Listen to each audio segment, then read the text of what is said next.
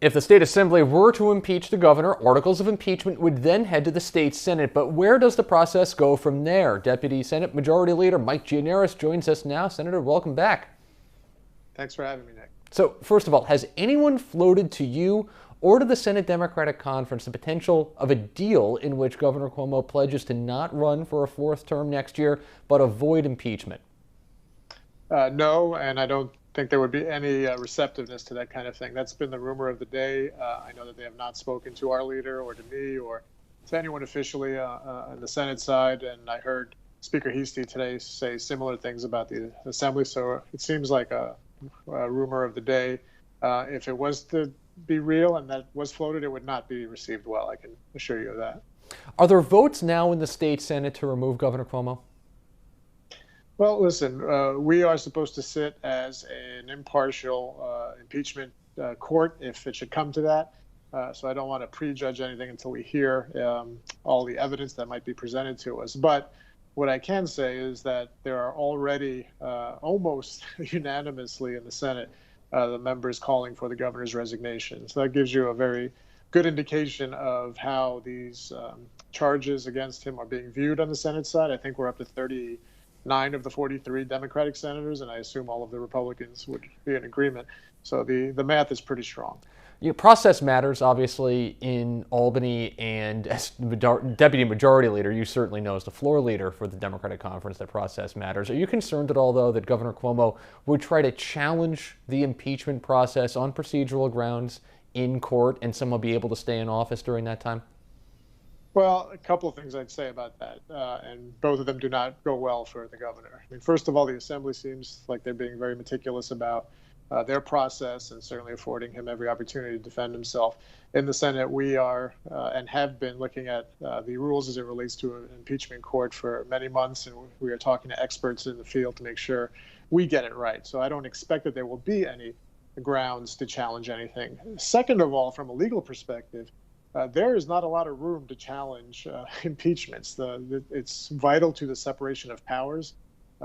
Imagine if judges of the Court of Appeals sit on the impeachment court and then also get to hear a challenge to the proceedings that were before them. I mean, there's just not a lot of room from a legal perspective to challenge the decisions of the legislature and the impeachment court in this regard. I suppose if there's some alleged violation of federal constitution, they can go to federal court. But if you talk to the legal experts on this, there's a great deference to the legislature. That's the way it was intended to be. And so I would not expect that there would be any basis to overturn anything on a technicality. Have you, as a member of leadership, told Democratic lawmakers in the Senate to be ready to return to Albany for some sort of an impeachment trial in the next couple of weeks, should it come to that? And also, what steps has the conference been taking to prepare for a potential trial?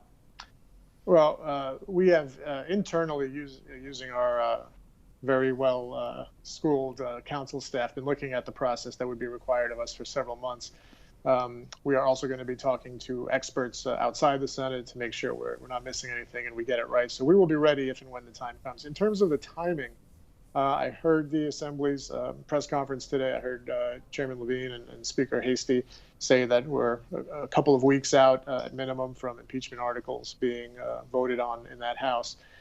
We are by law mandated to wait 30 days from the receipt of impeachment articles before we can have a trial. So if they're looking at the end of August, early September, we're looking at end of September, early October before we can have a trial. Our members are aware of that, and they've been informed of the timing.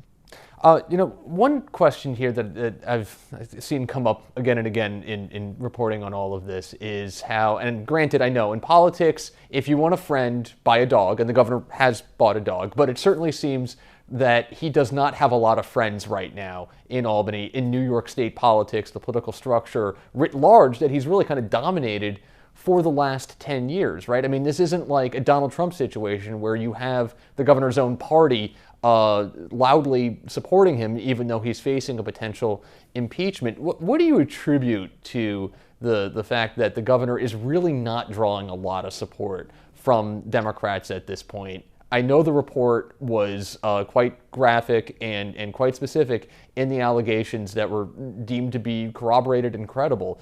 But what do you make of the lack of support that the governor has gotten from Democrats at this point. What does that tell you? Well, I chuckled a little bit at the beginning of your question because I think it was the governor himself who has said over the years that he doesn't believe in friends, he believes in interests.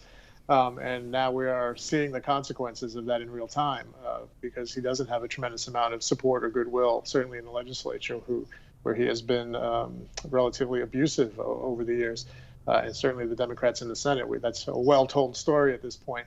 That being said, we are looking at this on the merits as we would under any circumstances. And the report was damning. The charges before the report were made public were enough for many of us to call for his resignation. The report has certainly made things worse for him to the point where there is no one standing with him because what he has done is that bad.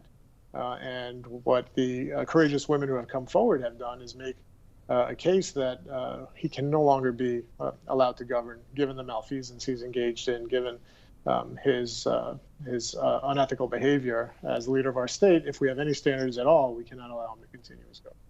Deputy Senate Majority Leader Mike Gianaris joining us this evening. Thank you, Senator. Thanks so much.